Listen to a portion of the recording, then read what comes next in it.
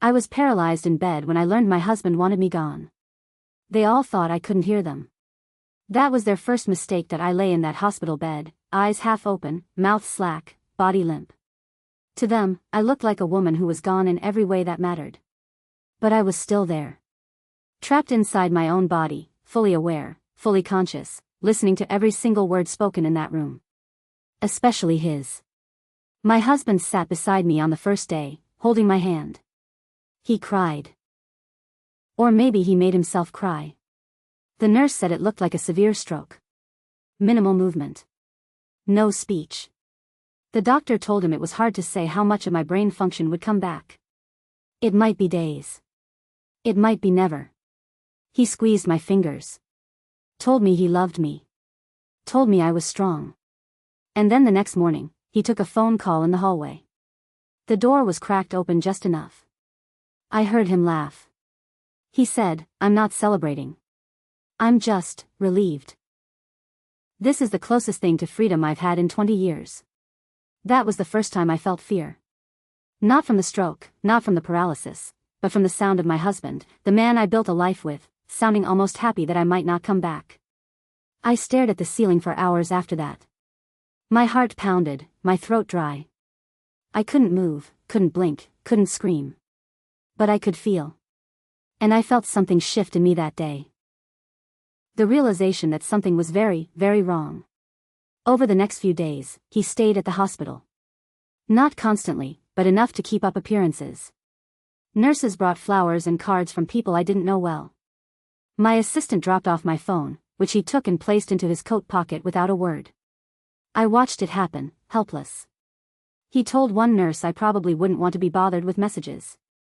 That it was best to keep things quiet. She nodded and smiled. She didn't see the panic in my eyes. He brought coffee and sat with me like a doting husband. He played classical music on his phone and scrolled through it while sipping his drink. I watched his thumb move across the screen. I recognized the app. He wasn't listening to music. He was texting someone. One afternoon, while I was supposed to be asleep, he said softly, "She's gone, baby. I'll be home soon. Baby." He had never once called me that in our 15 years of marriage. I waited. I watched. My hearing became my only defense, my only power. I listened to the way his voice changed when he spoke to me versus when he spoke to nurses. I listened to the silence that followed when no one else was around. And then came the moment that changed everything. He left the room in a rush, saying he needed to make a call. But in his hurry, he left his phone behind. He had tossed it onto the bedside table beside my untouched water cup. It was right there. Inches away from my frozen hands. The screen lit up. One message previewed. "It's finally over. I thought I'd never get out." It wasn't from me. It wasn't about grief. It was about freedom. And in that moment, I knew. He wasn't waiting for me to get better. He was waiting for me to die. The room was quiet except for the beeping of my heart monitor and the low hum of hospital lights. His phone sat on the table, still glowing, the message burning itself into my memory. "It's finally over. I thought I'd never get out." He had said those words to someone. And that someone wasn't me. I couldn't see the rest of the conversation, but I didn't need to. The tone was unmistakable. This wasn't a man grieving. This was a man celebrating. I wanted to scream. I wanted to knock the phone off the table, make a scene, force someone to see what I couldn't say. But all I could do was stare. My mind was alive, racing, screaming inside a body that wouldn't respond. When he returned, he picked up the phone, glanced at it, then looked at me. For a brief second, I saw it. The guilt. Or maybe fear. He must have realized he left it unlocked, left the screen on. But then, like a mask sliding back into place, his face softened. He smiled and kissed my forehead. "You're going to be okay," he whispered. I believed the opposite. From that day on, I made a silent promise to myself. I would get better. I didn't know how long it would take, or how far I would come back. But I would recover enough to look him in the eye and let him know I had heard every single word. That I had seen the message. That I knew. In the meantime, I listened. He started visiting less frequently. Sometimes it was his excuse about work. Other times it was just too hard emotionally. He told the nurses he needed rest, needed space, needed time to process. But one night, I heard a nurse ask how I was doing, and he simply said, "She's not coming back. We should prepare for that." He said it with no hesitation. Like I was already gone. A few days later, my sister showed up. Claire. She lived out of state and hadn't been in town for years. We'd never been especially close, but she looked genuinely shocked when she saw me. She held my hand and brushed the hair from my forehead. Her eyes were puffy, and her voice cracked when she spoke. "I'm so sorry, Ellie. I should have come sooner." She sat by my bed for an hour, talking to me softly, telling me stories about when we were younger. At some point, she leaned closer and said, "I know you probably can't hear me, but I don't trust him." My heart jolted. Claire continued, "He called me 3 days after it happened. Didn't even ask me to come. Just said you weren't going to make it. Then started asking about your lawyer, your accounts, your will." She sniffed and looked down. It felt wrong. Cold. She looked back up at me. "If you're still in there, I just want you to know I'm here now. And I'm not leaving." Tears welled in my eyes. I couldn't move. But inside, I was screaming with relief. Someone saw it too. Claire stayed the night. She spoke to the nurses, asked real questions, questioned the doctors. Her presence changed something. The room felt safer. Brighter. Like someone had finally stepped into my corner. And it gave me strength. That night, I focused harder than I ever had in my life. I tried to move a finger. Nothing. I tried again. And again. On the 5th try, it twitched. It was small. Barely there. But it was mine. Claire gasped. She had been sitting beside me, reading an old magazine someone left on the chair. When my finger moved again, just the slightest twitch, she dropped the magazine and leaned in so fast I thought she might faint. "Ellie," she whispered, "was that you?" I tried again. My right index finger jerked just enough to be unmistakable. "Oh my God," she said, grabbing my hand. "You're in there. You can hear me, can't you?" I blinked. Not fully, not with control, but my eyelids fluttered in response. It was all I could manage. But it was enough. Claire jumped from the chair and ran out into the hallway, yelling for a nurse. Moments later, a small team rushed in. They checked my pulse, my pupils, my hands. One of them shined a penlight into my eyes and called for the neurologist. She moved her finger, Claire kept repeating. She responded to my voice. The nurse looked skeptical but polite. "Sometimes there are involuntary spasms." She blinked at me. She tried again, Claire insisted. I wanted to scream, "Yes. I'm here. I'm listening. Please don't leave." That night they ran new tests. More scans. The neurologist seemed intrigued, cautiously hopeful. They adjusted some of my medication and lowered the sedation to observe more activity. The lights in the room dimmed afterward, and everyone finally cleared out. Just Claire and I remained. She took my hand again and leaned in close. "I don't know what's going on with you and Andrew, but I can tell he doesn't want you back. And I think you need to know that." I did know. And soon, I would prove it. Over the next 2 days, I worked harder than I ever had in my life. Every second I was alone, I concentrated. Small movements at first. A finger. Then the edge of my hand. Eventually, I could shift my toes. The first time I moved both feet, the nurse marked it in my chart and left the room shaking her head in disbelief. Claire stayed. She helped with therapy exercises. She played voice memos of my favorite songs. She even started reading aloud from old journals she had borrowed from my house. I could see her fighting back tears every time she read something about our childhood, our mother, the summers we spent in our grandparents' cabin. She was trying to bring me back. And it was working. One morning, Andrew returned. He hadn't been around in days. Claire sat on the couch, arms crossed, glaring at him like she was holding back something sharp. He walked in with a fake smile, holding a bouquet of cheap flowers that didn't match anything I ever liked. "How's our girl today?" he said, setting them down like a man placing props for a performance. "She's improving," Claire said flatly. He blinked, clearly caught off guard. "Oh." She moved her hand. Blinked. Responded to my voice. He looked at me, and for a moment, I saw something flicker across his face. Not joy. Not even relief. Fear. "That's incredible," he said slowly. Then, softer, "I should probably stay longer today." Claire didn't budge. "You should." He sat beside my bed, his hand on mine, cold and detached. I didn't move for him. Not even a twitch. Let him wonder. Let him sweat. I wasn't ready to speak yet. But I would be. And when I was, he was going to hear everything I'd been holding in. By the end of that week, I could move both hands, blink on command, and wiggle the toes on my right foot. They called it remarkable progress. I called it survival. Every inch I gained back was a weapon, a tool I would soon use to tear down the man who had been waiting for my silence to be permanent. Claire was with me every step. She kept the doctors informed, asked smart questions, and insisted on updated scans and physical therapy.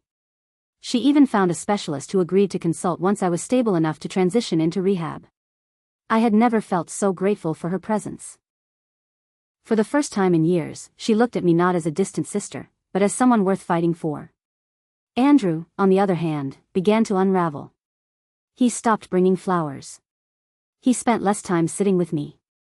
He often looked at his phone, barely glancing up when nurses came in to update him.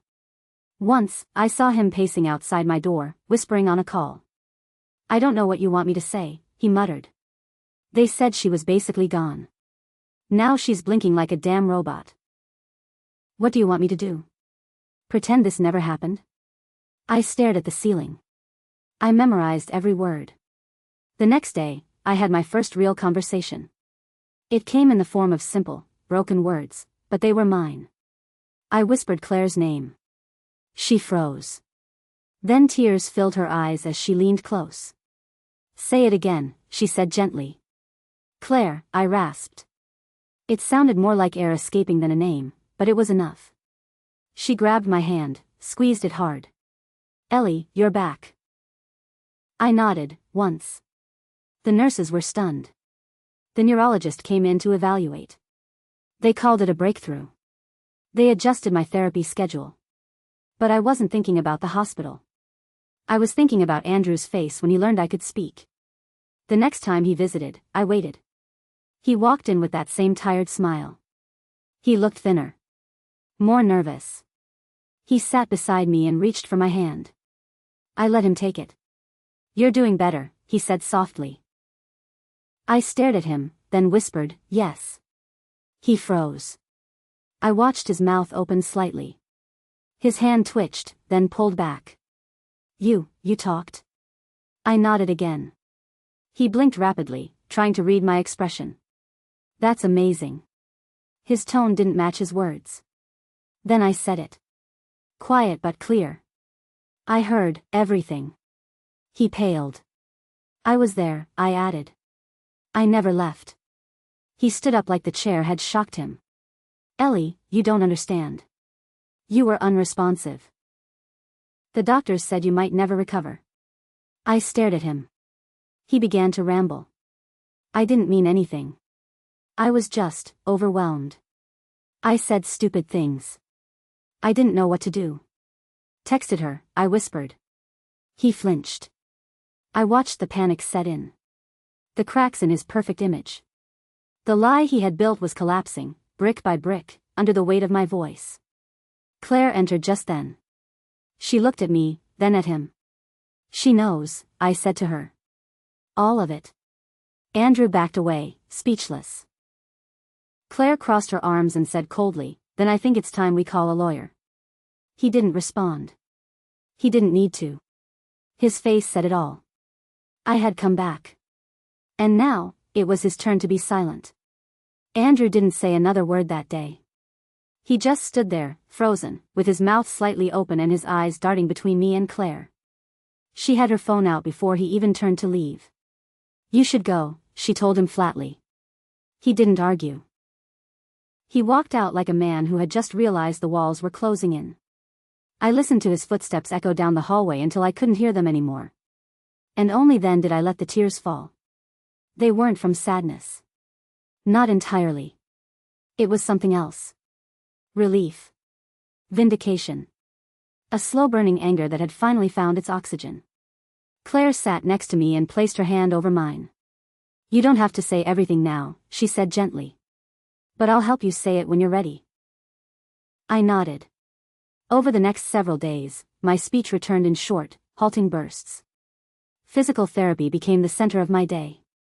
I pushed through every movement, every stretch, every shaky step, fueled by a quiet rage.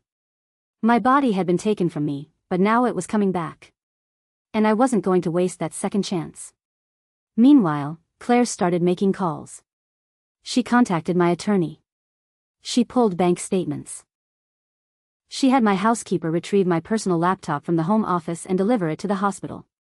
She even logged into my email, reading me messages and flagging the ones from my financial advisor and estate planner.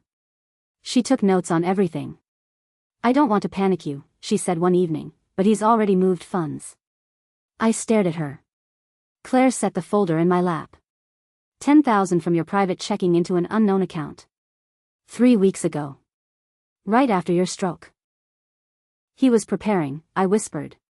She nodded. And not for your recovery. The more we dug, the uglier it became. There were transactions tied to hotel rooms. Jewelry I didn't recognize. Even a wire to a woman named Julia, the same name that showed up on his phone screen that day he left it near my bed. He had been building his exit. Slowly. Quietly. And when I collapsed on our kitchen floor, he must have thought fate had finished the job for him. But fate had other plans. I was still here. And I remembered everything. A week later, I took my first steps without assistance. They were small, wobbly, but they were mine. My voice was stronger too. Still hoarse, but no longer broken. The nurses smiled when I walked past their station. One of them even clapped. I nodded politely, but I wasn't celebrating. Not yet. That day, I asked Claire to help me draft a statement from my attorney. I wanted to pursue divorce. And I wanted everything documented, every conversation, every transaction, every betrayal. I wasn't just leaving him. I was exposing him. The night before my release, I asked Claire to bring me the phone Andrew had left behind. She had kept it, tucked away in a drawer, untouched. I scrolled through the texts. They were still there. Dozens of them. Messages that told the real story. It's finally over. She's never coming back. You'll have everything once it's official. I saved the entire thread. Took screenshots. Emailed them to my lawyer. The next morning, I got dressed for the first time in weeks. I stood by the hospital window and looked out at the city. The sun had finally broken through the clouds. It was time to go home. But not to the life I had before. To the one I was going to take back. Going home was strange. Not because of the house itself. Everything was where I left it. The framed artwork, the antique lamps, the vase on the entryway table that I bought during a trip to Venice. The furniture hadn't moved an inch, but somehow, the air felt different. Colder. Like something had died in here and no one had the courage to name it. Claire stayed with me the first few nights. She cooked, organized my medications, helped me in and out of bed. She was gentle but firm, which was exactly what I needed. We didn't talk much about Andrew those first days. We focused on getting through the routines. Building strength. Finding normal. But every time I walked past his study, I felt a chill. On the third morning, I opened the door to that room and sat at his desk. The drawer wasn't locked. Inside, I found notes scribbled on yellow legal pads, a half-empty bottle of scotch, and a printed itinerary for a trip to Mexico dated for the week after my stroke. It wasn't for both of us. I scanned the names. Julia. I remembered the name from the phone. And now it had a destination. I didn't feel hurt anymore. That part of me had calcified into something else. I wasn't the woman begging for answers or closure. I was the woman collecting facts, making timelines, quietly preparing for the final confrontation. Later that day, Claire walked in with a thin manila envelope. "From your lawyer," she said. He moved fast. I opened it slowly. Inside were the official divorce papers, a protective order request, and copies of all the evidence we had gathered so far. Texts. Bank transfers. Voice recordings from the hospital where nurses documented conversations overheard near my bed. It was all there. Layer after layer of betrayal. I nodded. "Let's deliver it tomorrow." Claire hesitated. "You sure?" "Yes." That night, I barely slept. I kept playing it over in my head. The stroke. The hospital. The sound of his voice whispering to someone else as I lay in that bed unable to scream. I had thought I was dying. He had hoped I would. I woke up before sunrise and dressed slowly. My legs were shaky, but I could walk now. My words were clearer. My eyes sharper. The weight I had carried was still there, but I knew how to hold it. Andrew arrived at noon. He walked into the living room like he had been invited. He didn't know Claire was staying with me. He didn't know she had texted him from my phone. When he saw me standing, fully dressed, folder in hand, his expression shifted from confusion to something close to fear. "You look better," he said, too carefully. "I am better," I replied. "You might want to sit down." He didn't move. Claire stepped into the room behind him and shut the door. "This is everything," I said, holding out the folder. "I know about Julia. The bank transfers. The texts. The phone calls while I was in that hospital bed. I heard it all." He didn't reach for the folder. "Ellie, this is a mistake. You were confused. The medication, no. You were." I set the folder on the table and took a breath. "I'm not confused anymore. I'm not dying. I'm not yours. And I never will be again." He stared at me. The silence was thick. Then Claire said, "You should leave. Now." He didn't argue. He just walked out, head low. And for the first time in weeks, I felt alive. The moment the door shut behind him, I let myself exhale. I didn't realize how tightly I had been holding my breath until it left me in one long, trembling wave. Claire walked over and sat beside me without saying a word. She didn't need to. We just sat there for a while in silence, the kind that only comes when something heavy has finally been put down. "I don't know what I would have done without you," I said. Claire smiled. "You would have figured it out eventually. But I'm glad I was here." She meant it. And I believed her. Over the next week, the legal proceedings began. My lawyer moved quickly. With the documentation we had, the case was solid. Adultery, attempted financial manipulation, potential endangerment. I wasn't just filing for divorce. I was taking control of everything he thought I wouldn't survive long enough to protect. Andrew didn't respond to the papers right away. He sent a message through his attorney asking for a meeting, but my answer was simple. No, he had spoken enough. He had whispered about freedom while I laid there, listening, paralyzed in body but not in mind. He had celebrated before the fight was even over. He didn't get to beg now. The media got wind of the story. Not because I went to them, someone leaked it. Maybe a hospital staffer. Maybe someone in his circle. Either way, the headlines came fast. Wealthy philanthropist recovers from stroke, files for divorce, accuses husband of plotting exit. It wasn't false. I just hated that it had become public before I was ready. Still, the support was overwhelming. Emails from friends I hadn't heard from in years. Letters.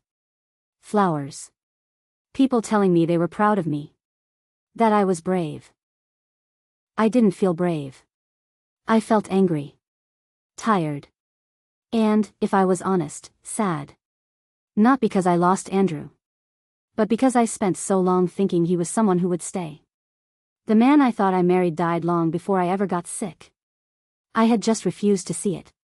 My recovery continued. Every day I walked farther. Spoke clearer. My therapists called me a miracle case. I told them it wasn't a miracle. It was motivation. One evening, I sat on the balcony with Claire. The sky was streaked in soft gold and orange. A glass of water sat in my hand. I hadn't needed help getting to the chair. That was a small victory. Claire was reading something on her phone, then glanced over. Did you know Julia deleted all her social media? I raised an eyebrow. She went private, blocked comments. Probably didn't expect this to blow up. Good, I said. We both laughed. It was the first real laugh I'd had in weeks. Then I looked out over the city. It looked different somehow. Like everything had been scrubbed clean. I think I want to leave, I said quietly. Claire looked at me. The city? Yes.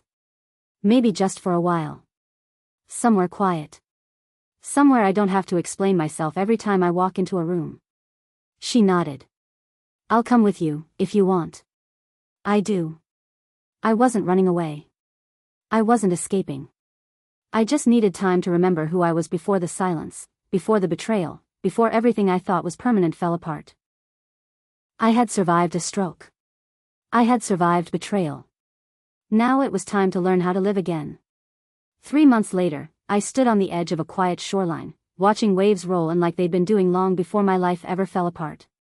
The rental house was small, tucked away on the edge of a coastal town with more gulls than people. I didn't need anything big. Just peace. A place to breathe. Claire had flown back home a week earlier. We still talked every day. She had her own life to return to, but not before helping me set up mine again. She even stocked the kitchen and left sticky notes on the fridge with reminders like, "You actually like breakfast, stop skipping it." Her presence still lingered in the walls in the best way. I had found a new routine here. Mornings on the porch with coffee. Walks to the market. Long conversations with myself, out loud, as a form of therapy. I was still rebuilding. Still sore some days. But every day I felt more like myself. Andrew never tried to see me again. His lawyer sent one last letter after the court ruling was finalized. I had one. Clean break. No settlement. I kept everything that was mine. There was no apology attached. Just a cold legal signature on the final page. I didn't need his apology. I had already let it go. One night, I sat by the fireplace and reread the texts I had saved. Not to torture myself, but to remind myself how far I'd come. The words that once shattered me now felt small. Like echoes from a version of me that no longer existed. It's finally over. I used to hear that phrase in his voice. Now I heard it in mine. Yes, it was over. The pretending. The placating. The idea that silence was safety. I had spent years quieting my own instincts for the sake of being understood, for the comfort of routine, for the illusion of love. But silence didn't protect me. It nearly buried me. My stroke didn't ruin me. It showed me the truth. It peeled away every mask in my life and revealed who stood beside me when I couldn't stand for myself. One man waited for me to die. One sister held my hand until I came back. Now, I was standing on my own. I turned off the phone that night and tossed it into a drawer. I didn't need it. Not right now. I wanted real light, real air, the sound of real waves that didn't ask anything of me. I walked to the window and looked out over the ocean, the sky opening into dusk. The last of the sun's gold melted into the water. For a moment, I closed my eyes and listened, really listened, to the wind moving through the trees, the soft creak of the house settling, the beat of my own heart. Still here. Still strong. Still mine. And for the first time in a long time, I smiled. Not because I had survived. But because I had changed. He thought it was finally over. He was right. But not in the way he hoped.